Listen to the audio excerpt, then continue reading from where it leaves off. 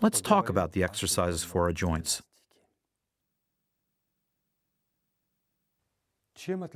What is the difference between these and simple morning exercises or any traditional sports? The difference is that they are not morning exercises, and they have nothing to do with sports, and they have nothing to do with physical therapy.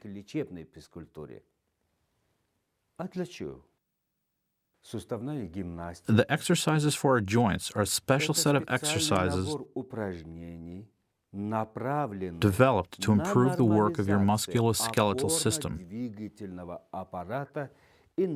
but especially to improve your spine.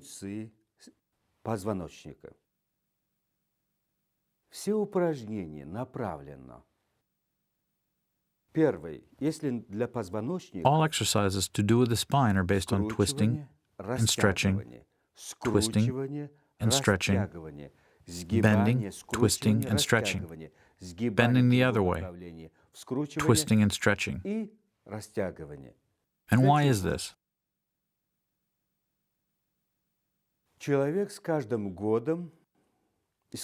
Because humans walk upright. People's spines start to shorten after the age of 24.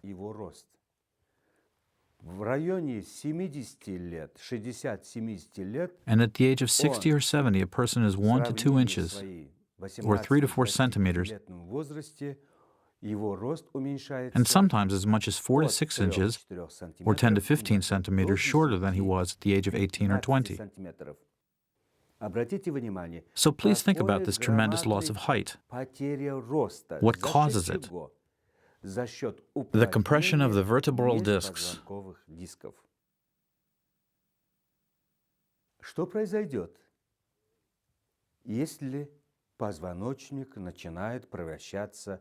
What happens when the spine becomes as stiff as a poker?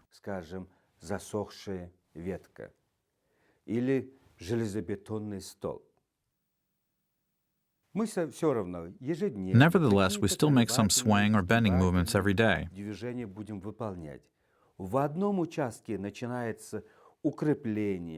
If one part of your spine is stiff or not very supple, the other parts of your spine compensate for it. In some areas, the spine starts moving and bending more than it should, while in others it stiffens and becomes rigid. As we know, the nerve roots come from the spinal cord, which is protected by the spinal column. Various sediments accumulate in those areas which you do not move as much as you should, and are thus the least supple.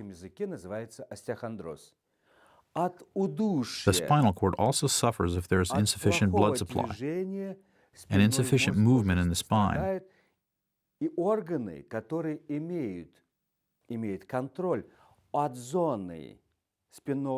So the parts of the body which are controlled by the spinal cord in this stiff area of the spine will suffer too.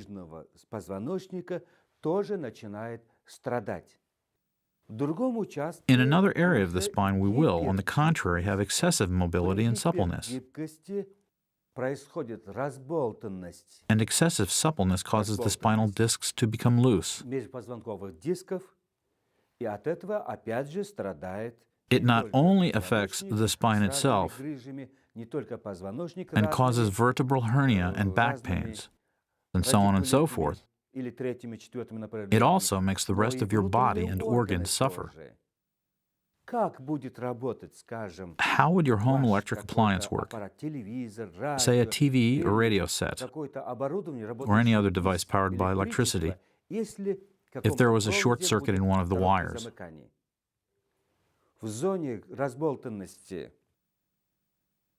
So the loose area of the spine are the areas with a so-called short circuit in the system.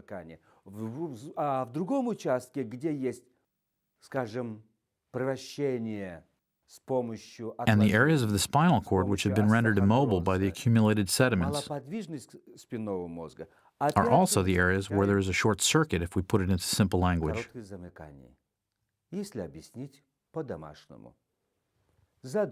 So the task is to restore the spinal discs to their optimum condition. When you start doing our set of exercises every day, you will notice that every day your height will increase by 1/4 to 1/2 an inch, or a few millimeters to a centimeter. So before starting the exercises for the joints, please measure your height. It's better to do it in the morning, as in the evening your spine compresses by an inch or a couple of centimeters. And then every day we will start to add a 1/2 inch to an inch or 1 to 2 centimeters to our height, which in the end may amount to 2 or 3 inches or even 5 to 10 centimeters growth. And when the spine starts working properly, the spinal cord also improves. This in its turn affects the work of the brain, our general well-being, and many other aspects of the body. So why do we need to do the exercises for the joints? On the one hand, to regulate the work of our musculoskeletal system.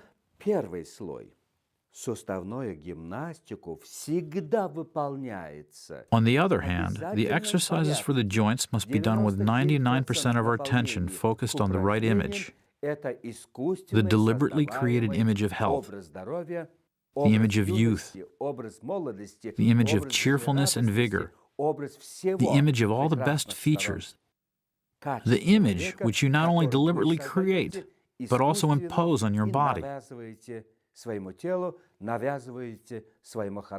You must impose on your body wonderful new qualities and imagine it to be full of joy and energy, to be supple, springy, and sexual.